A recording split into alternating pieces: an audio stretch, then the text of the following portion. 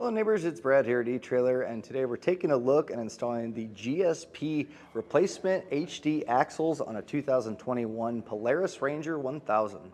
Looking at these side by side, they're pretty comparable. Things that I see on the GSP over the OEM that I like: you have a wider band where your boot goes. They're all Ottinger style clamps, so they snap in place. They're not going to become loose. But having a wider band means that it's more surface contact on that housing.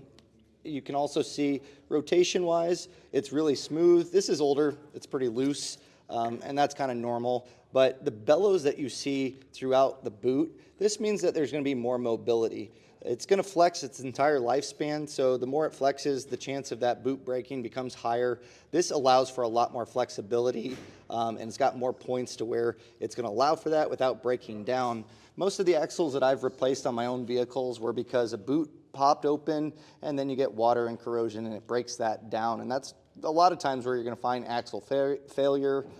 So having nice boots and a good clamp to keep it in place is going to be key. Now these are the HD axles, so they're a little bit heavier duty. Side by side against your factory ones, it looks about the same, but these are going to be generally a little bit more heavy duty. They do offer OEM replacements that are going to be a direct comparison to these. These should be a little bit more heavy duty. There's also a long travel version, so if you have aftermarket suspension that widens out your track, those are available as well. The first thing I'm going to do while we still have it on the ground is get the lug nuts loose. So I'm going to be using a thin wall socket just because it's tight here, and just kind of get them knocked loose a little bit so we can get this off without it spinning.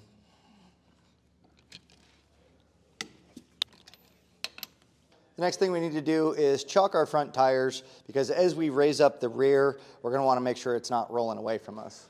Now we need to raise up the rear to where we can get the tire off the ground. And so if you have a hitch receiver or on the rear suspension, find a nice solid point to where you can put a jack and raise it up to where you can get a little bit of space underneath the tire. I'm also going to raise mine up high enough to put a jack stand underneath here just to get us added security. We don't want anything falling on us.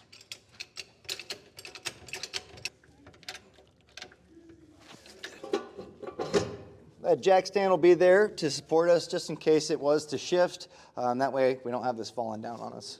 Now we'll get our lug nuts taken off and we can set our wheel and tire aside. Next thing I'm going to do is get our caliper taken off. It's just going to be 2 bolts that attach it. And on ours today, it's going to be a 15mm socket or a ratcheting wrench in this configuration. So we'll just take these out. Now, from the factory, these have thread lock, but it shouldn't be too terribly tight. But it threads into this bracket, so just get those bolts removed. And you might want to grab a zip tie or a wire to be able to hang your caliper up, and that way it's not going to be just hanging itself by the line. This one does have a clamp that holds it in place, but we want to support that caliper.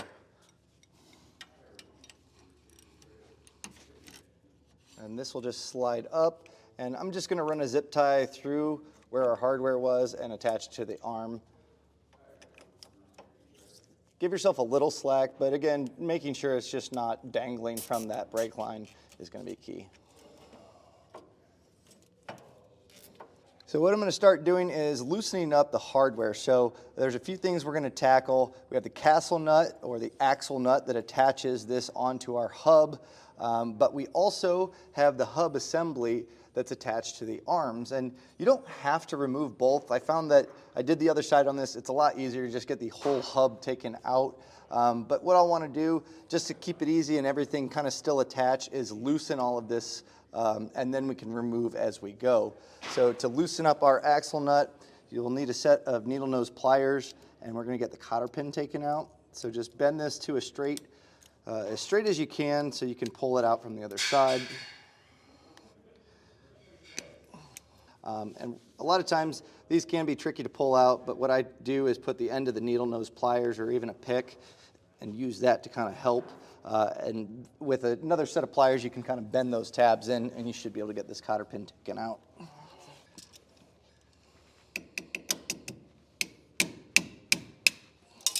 To get our axle nut knocked loose, you probably want a breaker bar or some leverage here. It can be tricky as I am kind of lifting up the entire side by side as I do this, but once you get it to go a little bit, I have it loose now. I'm going to leave it here, and I'm going to loosen up our hardware. And I'll be taking this lower bolt out where it attaches to the lower A-arm, and I'll be using a box end wrench and put that on the head of the bolt, and then use the socket on the nut side. And again, it might take a little bit of force to get it knocked loose.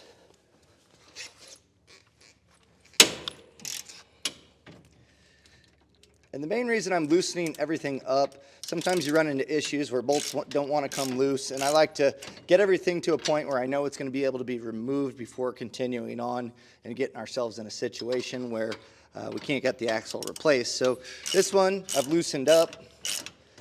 I am going to go to the top one and get that loosened up as well.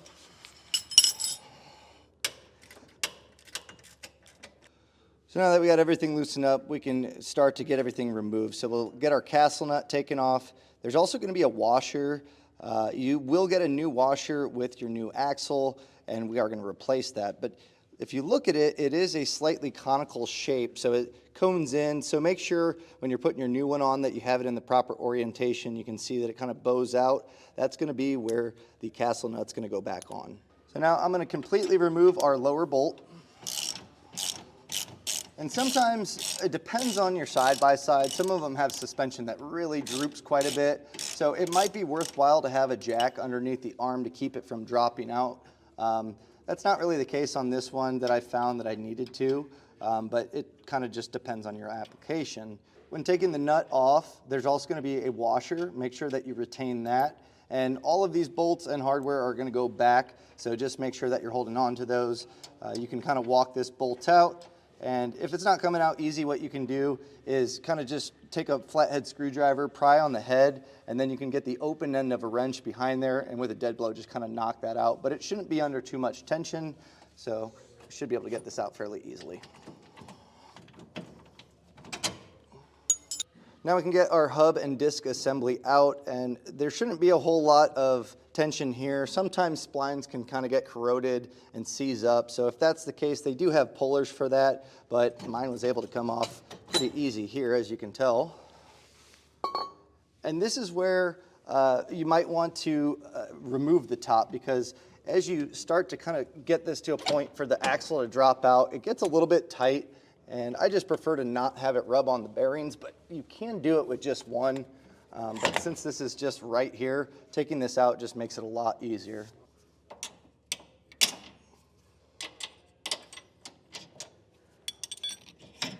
Now to remove the axle from the transaxle, it's actually really easy. You should have a straight shot, and with a pry bar or a long flathead screwdriver, just kind of wedge it in there and use that leverage to pull, and the axle should come out fairly easily. There's just a retaining clip that helps snap that in place that we're fighting against, but once we kind of get a little bit of leverage on there, it should come out fairly easily. And with just a little pop, you should feel that pull out. You should be able to get the rest of the axle out.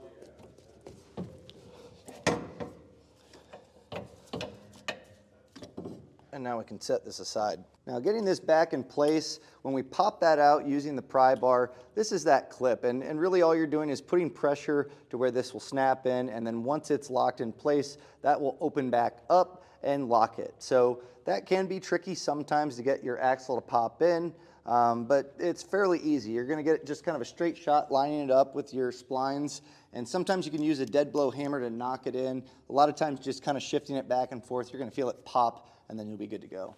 You can see where our splines are going to feed in, just to that same spot. Again, just as you're drawing it in, make sure that you have it properly aligned, and then we'll give it a few shoves to get it to pop in. And that was a nice feel of it sliding in. So at this point, we're just going to need to take all of the stuff we took off and put it back in place. So I'm going to take off our new castle nut and washer. We'll grab our hub and make sure that it's in the proper position. So we had our caliper bracket towards the rear. Just make sure that that's the proper way. And then we'll get this aligned. And again, I mentioned that sometimes you want it to not droop. It can put it at pretty extreme angles, and sometimes getting these back in place is tricky, but that's not really the case here. So if yours is maybe, you know, got some long travel or something, keeping that A-arm in place will make this a lot easier. Now, getting our hub back in place, don't worry about the splines if they're not centered up here. You can see ours is kind of resting. That's totally fine, because as we put our brake assembly back in place, that's going to keep it all aligned. So I'm just going to loosely put our hardware in place to hold this in.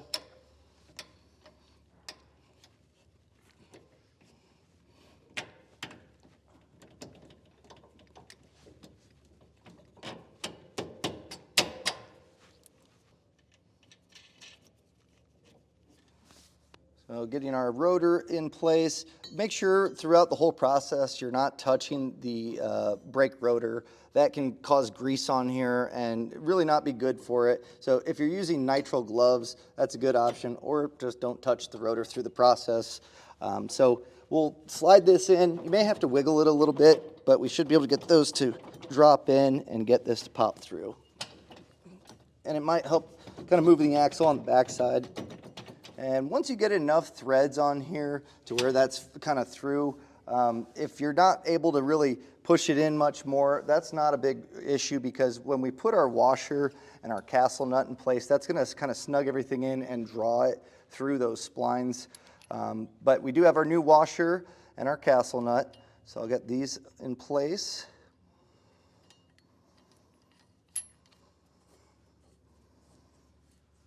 And you can see as I'm hand tightening it, it's really drawing in everything, so everything's looking really nice. And then we'll get this torque down. And as far as torque specs, refer to your service manual for the proper numbers.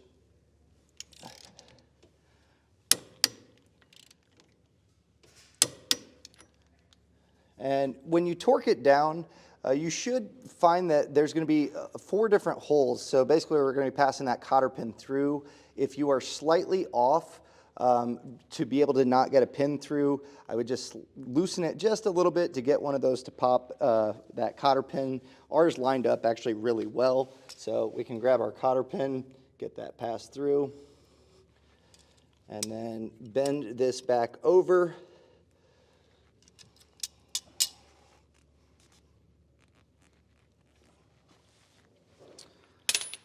And at this point, we can torque down our A-arm bolts and get that all snugged up, and then we'll just get our caliper put back in place and thread it on as well. When getting your caliper back in place, you'll have the slide with the 2 pads. You can just spread that out to get that to feed over your rotor.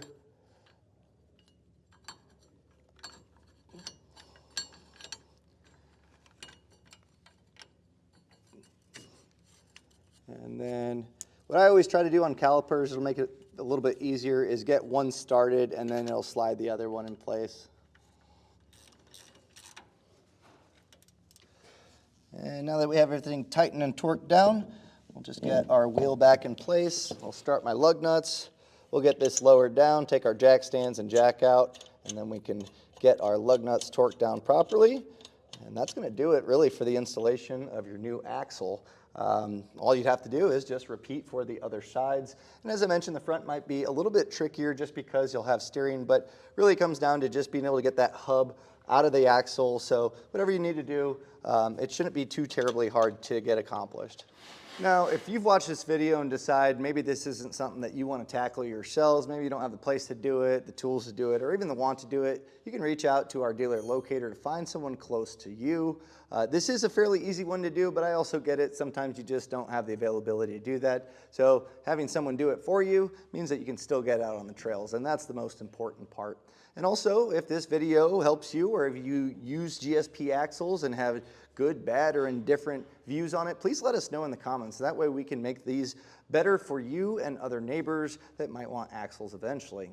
And that was a look and installation of the GSP ATV-UTV axles on a 2021 Polaris Ranger 1000.